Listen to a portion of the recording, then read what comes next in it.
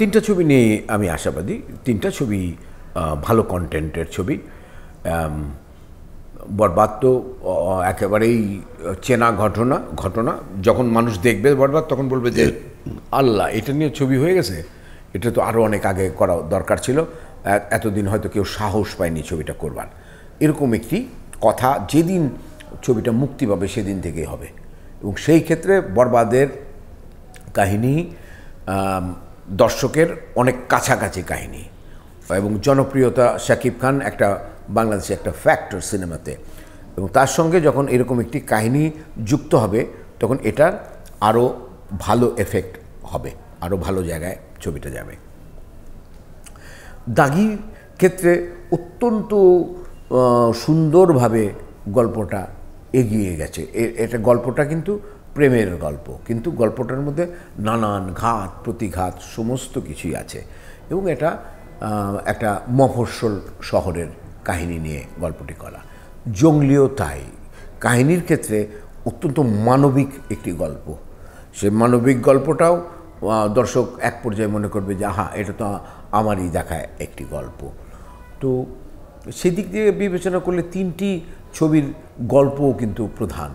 সেখানে পাত্রপাত্রীও কিছু আছে যারা অত্যন্ত স্বনামধন্য এবং অনেক পরিশ্রম করেছে, অনেকে অত স্বনামধন্য না হলেও তার পরিশ্রম দিয়ে সেটাকে উতরে নিয়ে যাবে বলে আমার বিশ্বাস।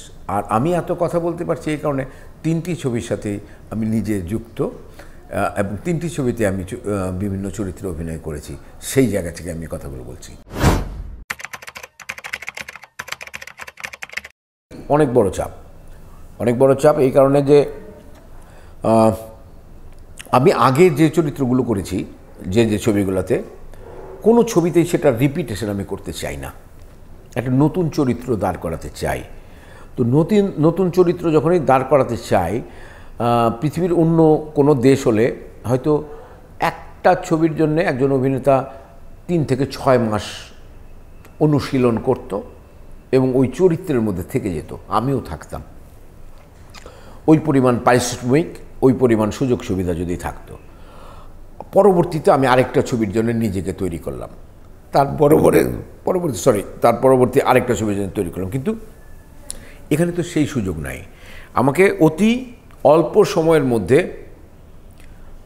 গঠন করতে হয়, আবার মিলাতে হয়। আমি গঠিত হই আবার শূন্যে মিলাই, তাহলে এটা কিসের গঠন?